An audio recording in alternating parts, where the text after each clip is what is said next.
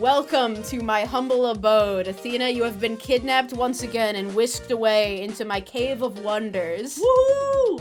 Best kidnapping ever! First I took you to Dreamworld Entertainment, now I'm taking you to Care Bear Land. Very similar vibes. Again, these guys were inspired by Care Bears, so this does make a lot of sense.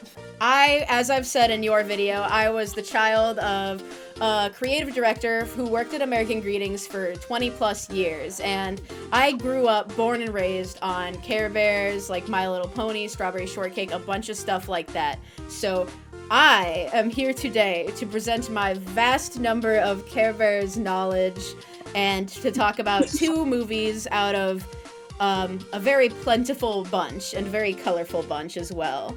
Is there anything you'd like to say about Care Bears before I dive into a quick history brief, like a recap? Over on the Athena P channel, we covered the 80s TV series and we covered the big question, like, why do the Care Bears hypnotize people?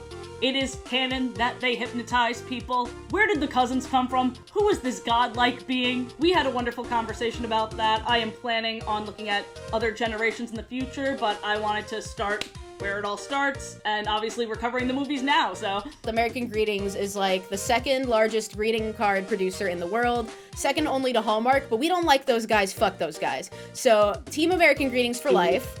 After developing Strawberry Shortcake, American Greetings created a new character development subsidiary called Those Characters from Cleveland, or TCFC for short. And Care Bears was Project 2, and that's all it was known as for the 2 years it was in development. Strawberry Shortcake had been Project 1. They kept all this shit really under wraps, like a secret government project. You can't know about the bears. Hide the bears, they can't know about the bears. And then they had a bunch of symbols designed, like iconography, and a bunch of imagery that was developed by the art creative team, all those people. And one of the artists was sitting in front of a bunch of symbols that he'd drawn, and one of them was a bear, and he's like, what am I gonna do with a bear? Like, what can I do with this? How is this gonna be marketable? And then he took one of the symbols out of the big collection he'd drawn and kind of just put it on the bear. I believe it was the heart symbol, and he's like, that's it. We got it. And then they big built brain up to moment. it. Yep, they got the first 9 Care Bears were made. We got Bedtime Bear, Birthday Bear, Cheer Bear, Friend Bear, Funshine Bear, Good Luck Bear, who I call Lucky Bear by accident a lot, Love-A-Lot Bear, Tender Heart Bear, and Wish Bear, my girl. And then they decided that to round out the sweetness, because everyone's kind of just too colorful and nice, they shoved in Grumpy Bear, who eventually became a fan favorite. That's my boy. That's my boy. Great decision. Great addition. Yeah, he's one of my favorites, and he's a fan favorite, which is why he's in every iteration of the franchise. The toys were introduced to investors in 1982, but they were publicly announced to the world at the 1983 New York City Toy Fair. We went over the first 2 animated specials from TV on Athena's channel. We have The Care Bears and the Land Without Feelings from 1983, and then it was immediately followed up by The Care Bears Battle the Freeze Machine. And then I'm just gonna quickly skim through some other ones just really fast. We got the Care Bears movie from 1985, the Care Bears 2 A New Generation from 1986. Both of those are drug trips, and the only thing I'll say about them here is that Darkheart and Christy are a couple, and no one can take that ship away from me. Again, I talk about this more in Athena's video. We have the 80s show, which is the Care Bears family that went from 1986 to 1988. Also a drug trip. We talked about that in the other video. Then they released 2 other animated specials during that time. We have the Care Bears in Wonderland from 1987, and then Care Bears Nutcracker Suite in 1988, which also functioned as the finale to the Care Bears Family TV series. Yeah, you haven't gotten there yet. I just spoiled the finale. I haven't gotten there yet. Don't worry about it. Don't worry about it. Future Athena's an expert. Future Athena knows what you're talking about. Then we had a 1991 relaunch where they tried to make a new range of environmentally friendly Care Bears, where the belly badges were less like symbols and they were more like illustrations of something good about the world, including Proud Heart Bear, who is America fan #1. Small releases between 1993 and 2001, and then we got the 2002 relaunch. Finally, everything has become retro, and now it's cool to be an old person. There were 2 CG films, and the second one is the one we're going to talk about today. We have Journey to Joke-A-Lot from 2004, which is basically an hour and 11 minutes of everyone bullying Funshine Bear. And then there's a pig character who's a child, and she got expelled from school in Joke-A-Lot for not being funny enough. That is my worst nightmare. Not funny, didn't laugh, you fail, you're expelled. That is my hell. That's my hell. That's what happened, yes. Now finally, the Big Wish movie in 2005. Take it away, Athena! Opening shot in this movie, we see a baby bear without a belly badge, which is already different than the 80s series where we saw 2 baby bears that already had belly badges. I wrote in my notes here, cutie mark crusaders, because I was wondering if you have to like develop a personality or a talent before you earn this belly badge. But again, in this movie, we see Wish Bear as a baby. She calls herself a Care Bear, so it's not an occupation, she just simply is, even though she doesn't have the belly badge yet. We meet this star named Twinkers, and that's a really cool name. We love that name. It's a very, we're all very mature about it. Yes, so Wish Bear befriends Twinkers. And the belly badge was given to Wish Bear through a wish to the star. So Big Wish is briefly mentioned. She is this star goddess that we see later in the movie. She gives vibes similar to Ponyo's mom. She's that girl. And she's where all the little stars come from. She is mother. Essentially the thesis of this movie is be careful what you wish for, because she's wishing things left and right. They're not exactly what she wishes for, A. And B, she's using up all the magic from her little buddy. Her little buddy, her star friend, Twinkers, is running out of energy. He's being completely drained. So they're like, dude, chill out with the wishes. A good message because A, if you really care about something, Care Bears, they care, you have to go out and make the wish come true yourself instead of just relying on your best friend whose energy is being drained. Yeah, that's B. And B, you're killing your best friend. Rainbott, passing the mic over to you. Does Wish Bear listen? Does Wish Bear heed her friend's advice? I don't think so, no. She's like, oh, if you guys don't appreciate my wishes, I'll just wish up somebody who does. And then the motherfuckers roll into town. Yeah, and they're like big-ass monster truck car. Confused about how they exist and where they came from, because none of the previous generations of the shows or films, like in the comics, there are like evil Care Bears, and in the Mirror episode, there are like evil Care Bears.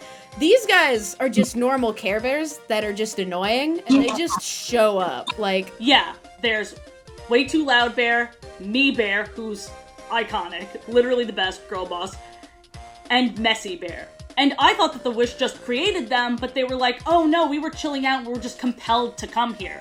So, who knows how many more of them there are? This is also wild because when the cousins were nonchalantly introduced in the 80s series, they already knew the cousins. They didn't know about these bears. We don't know where these bears come from, and fun fact, they didn't have any toys, and this was their only appearance. I need a comeback for Me Bear specifically because she is the best part of the movie. Objectively, she's really good. I love her. She could have been a Care Bear because self-love is important. You know what I mean? Way Too Loud Bear is obnoxious, and Messy Bear, yeah, he's mid, but but Me Bear could have like genuinely been part of the group. I'd say that Messy Bear is mid as a character, kind of like meh, but I just really like Too Loud Bear because he's just really annoying, and I think he's funny because he just comes up to everyone and starts screaming.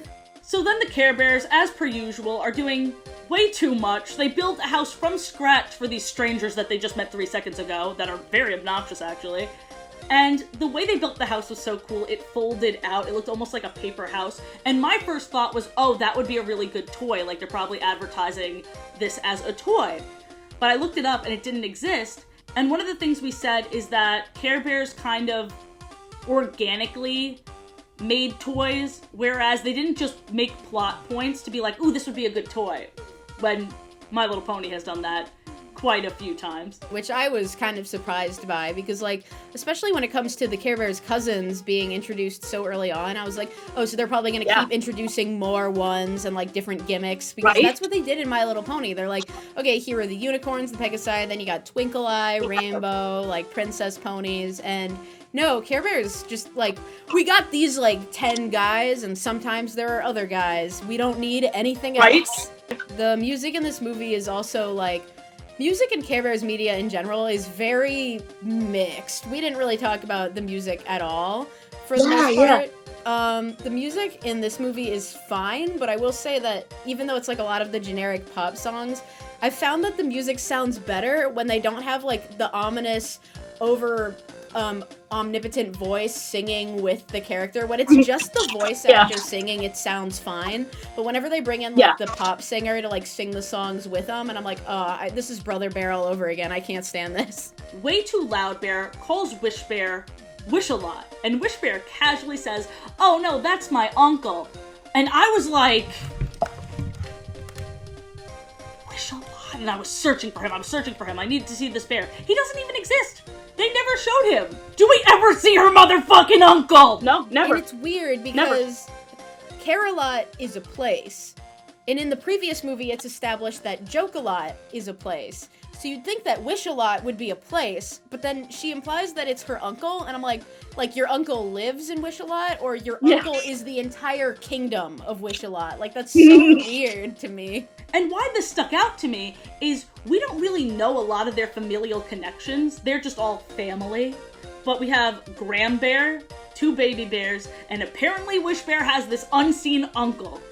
So it's very confusing. It's just found family times 20. Like, it's just a bunch of guys who know each other, and then there's a grandma and 2 babies sometimes. A random thing I noticed is that, like, they have government, or at least some kind of pseudo-government, because Champ Bear is in charge. And he just calls everyone sports fan, which is really funny to me, but, like, I don't understand what position in the government that Champ Bear holds, if any. Like, why is he in charge, and what makes him qualified? Like, is it because he's champion? Like, he's the best? Is he champion of a gladiator tournament where he killed his competitors, and then he became the Champ Bear? Like, I want to know. My favorite part of the movie is when they meet the, like, fuck-up bears, and, like, Me Bear is, like, a girl boss, and she's like, "Oh my god, Twinkers, he's so cute. Can I buy him for $1?" And it's like, he's not for sale, and she's like, "How about $2?" Like, that was really funny. I really like the part of the movie where the fuck-up bears are right outside the door, and Wish Bear is in, like, a towel, like she just came out of the shower, and she's going to answer the door, and she's like, "Hold on, I need to make myself decent." Just flings the towel, opens the door, essentially being like, "Oh, I gotta get ready," and then just takes off any clothes she has on to open the door. It's kind of iconic. So Wish Bear accidentally wishes away her little buddy, her star buddy, Twinkers, and now the shithead bears, they get the star to make whatever wishes they want with him. And Wish Bear's belly badge disappears. So what really gets me about this is that Wish Bear's whole thing, like her whole talent or whatever she brings to this group, is just her friendship with this star. She doesn't have a thing outside of her friendship with this star, is to wish using his abilities. That's the only thing she brings. I don't know, is the thing. I've never really thought about it that much until I, like, rewatched the movie, and I was like, that's kind of odd, because in this movie, the Care Bears, like, earn their belly badges as kids, but that has never been the case, because in the original 90s, 80s cartoon, it was implied through the second movie, Care Bears, A New Generation, the second one, it was implied that none of them had belly badges until they came to Care-A-Lot, and then they were, like, bestowed them from the heavens above, like everyone. And then that's why the babies have their belly badges. And we already talked about this, but, like, the belly badges don't make a Care Bear. It's just something separate. But then in this world, it seems like they function more like cutie marks, like you earn them. But I'm confused about the implications of that, because I don't know what Wish Bear's talent would have been, or, like, what her belly badge would have been if she didn't meet this random wishing star. I think it's silly. I also think it's interesting because Wish Bear is the only one with, like, an animal sidekick. Like, in My Little Pony, whenever I have to talk about it, I'm gonna die. Like, in My Little Pony, Spike is, like, the sidekick to Twilight, in G4. Like, she's the only one with a sidekick, but it's not tied to her cutie mark. Like, Wish Bear is the only one with a sidekick. Everyone else just kind of got their belly badges on their own. So that makes me wonder, like, was she meant to have a different belly badge, but then the wishing stars needed someone else to use their magic because they can't wish for stuff themselves, so they need someone else to do the wishes for them. So they chose her, but she was probably originally supposed to have a different destiny, but then she was brought into them, and they disguised that token as a belly badge, because that could also be how the other bears double up on the belly badges if it wasn't a real belly badge. Okay, but you? Well, that's the whole thing, is I thought that at the end, it would be from her own wishing, or from her own inner magic, that she'd get the belly badge back. But no, she literally doesn't get the belly badge back until the star is wished back to her. That's it. And what does that imply? You know what I mean? Like, if she never met that star, would she have just not had a belly badge, like Oopsie in the next movie? Oopsie Bear is my favorite bear. Nobody watching this video knows who that is yet, but he's my favorite. I don't think there's really anything else of note in the rest of the Big Wish movie. It's kind of just a very predictable, like, climax. Yeah. And it's like, yep, things are fine now. My last bullet point for this movie is they made a big wish on Big Wish. This is cinema. Thank God I don't have any other history bullshit to dump on us either, because we're just right into it. Oopsie Does It came out in 2007 for the 25th anniversary of the franchise. Oopsie doesn't have a belly badge, and that's his defining character trait. Like, we have all the other ones, they're working on building an amusement park, and, like, in this version, this is my favorite iteration of the Care Bears. I like this one the most, and I'm biased because I grew up with this one the most. Like, my dad was a creative director while this movie was being made. There's a picture of my little brother and I in the end credits of this movie, like, in a pile of Care Bears. I'm just really nostalgic for it, but I also just like the characters in this movie. I feel like they are way more individualized. Like, they all have the different hair, the different designs. Totally. I like it a lot. So Oopsie doesn't have a belly badge, and he basically goes around with his box of colorful crayons, and he just draws different belly badges on himself because he wants to have a belly badge. He's like, maybe I'm Star Bear, or maybe I'm Art Bear, and he'll, like, draw stuff on his belly, and then he, like, goes and tries to do that, but then he's like the clumsy Smurf from the Smurfs. Like, he's just clumsy, he fucks it up. Yeah, he's like Milo Murphy's Law. Like, he is afflicted with a curse. He legitimately broke the entire amusement park by tripping. He tripped and the entire amusement park collapsed. What interests me about Oopsie not having a belly badge is that you mentioned in one of the previous movies that they were all brought up and they were bestowed the belly badges in the Kingdom of Heaven or something. So what I want to know is, like, why wasn't he there for that? Like, did they adopt him? Is he just a regular bear that is, like, part of the family? I'm very interested in this belly badges aspect of it. I don't know, because I don't know if this would tie in with the original 80s franchise, or if it would tie in with the... because we don't know how belly badges work in this world, other than the fact that they're, like, basically cutie marks, and you can get magic from them. Like, Funshine can summon the power of the sun from his belly badge. What is it? I think it's Friend Bear? No, Friend Bear is the flower one. Share Bear, that's who it is. Share Bear has, like, she can summon her lollipops. Wish Bear can summon the shooting star and, like, ride it like a surfboard. She's a girl boss for that. I love her.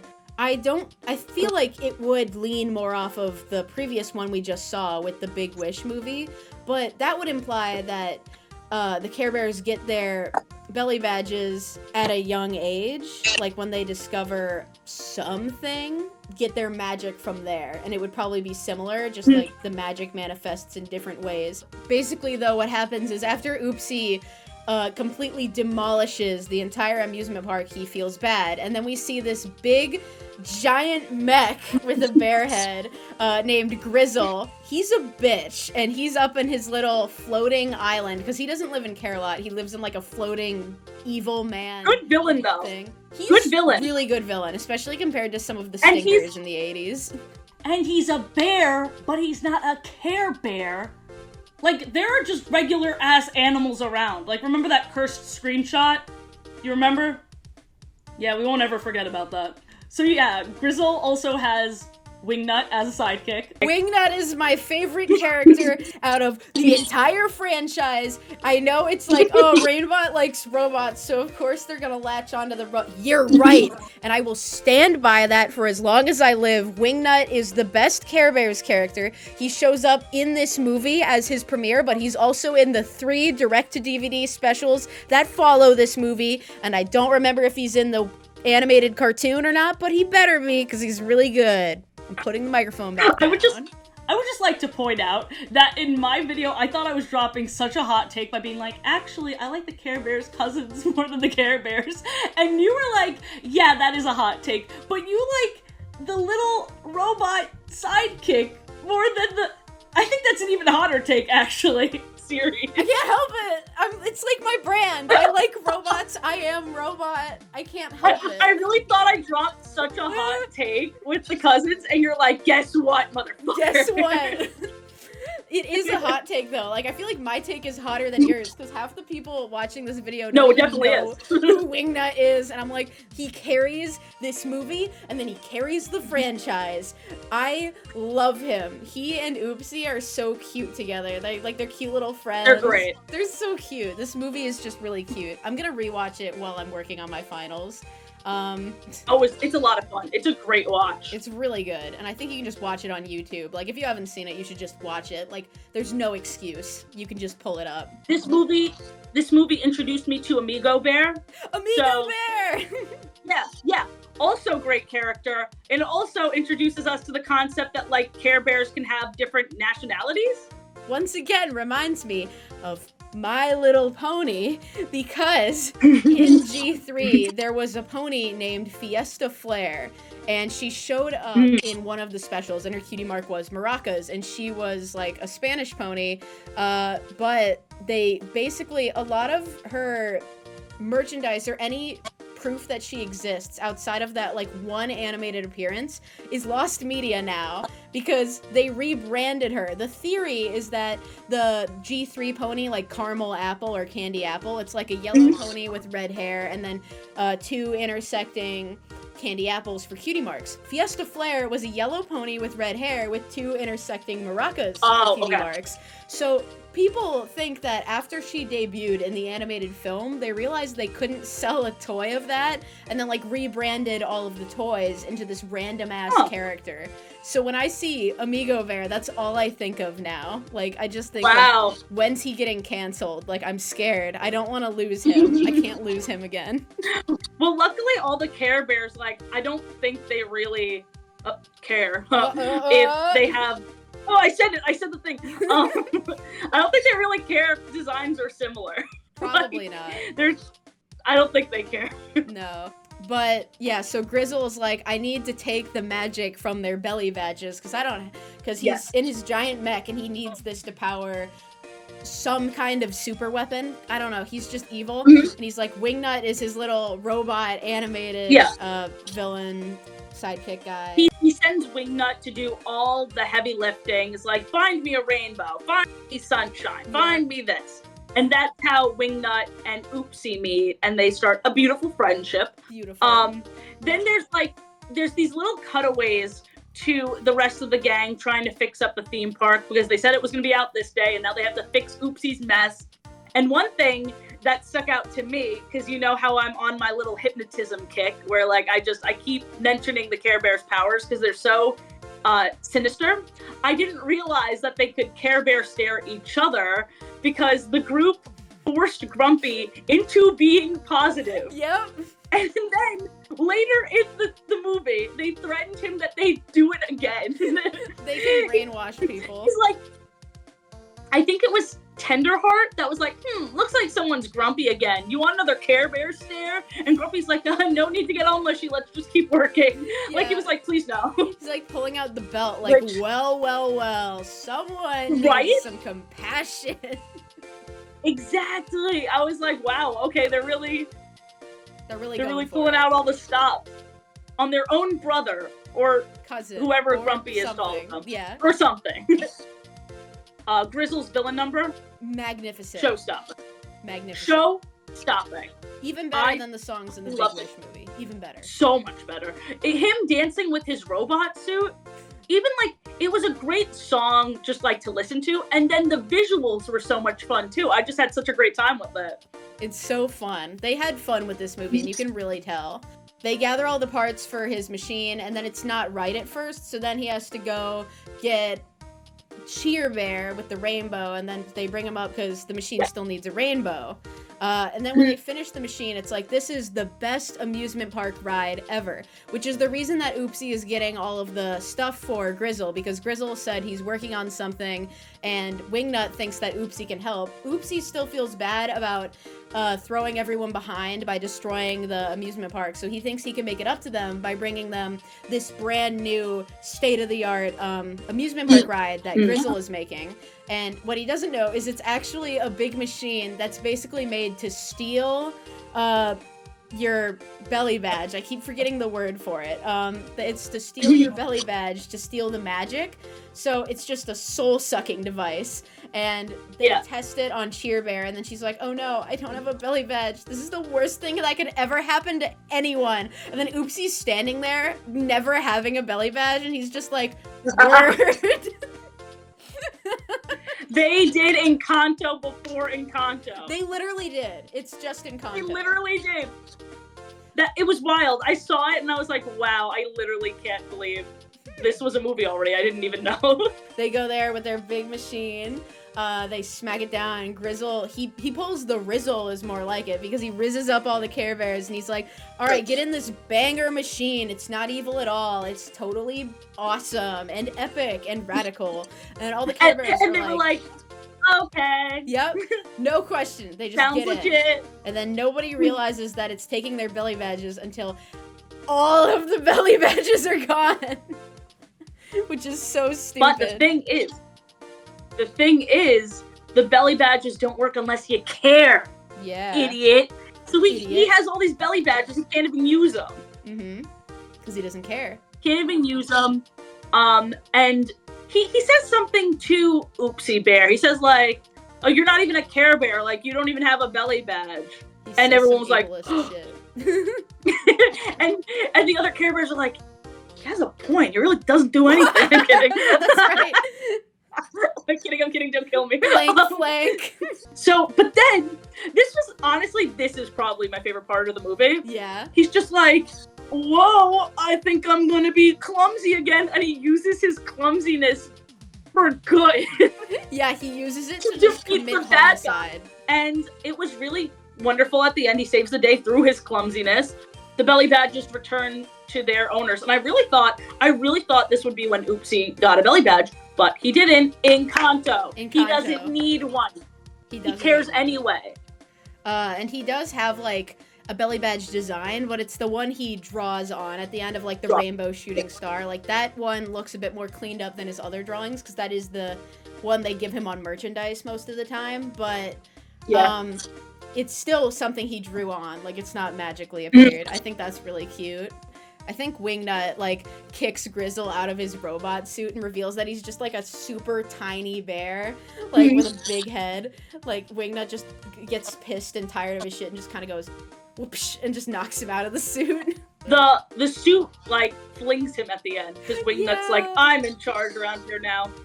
And then, Oopsie gets the first ride on the new roller coaster, because Grumpy put in a new part of the coaster that's called the Oopsie Loopsie, which is adorable. It's really cute. So Oopsie gets the first ride on the roller coaster, and he's like, I want my friend to come with me.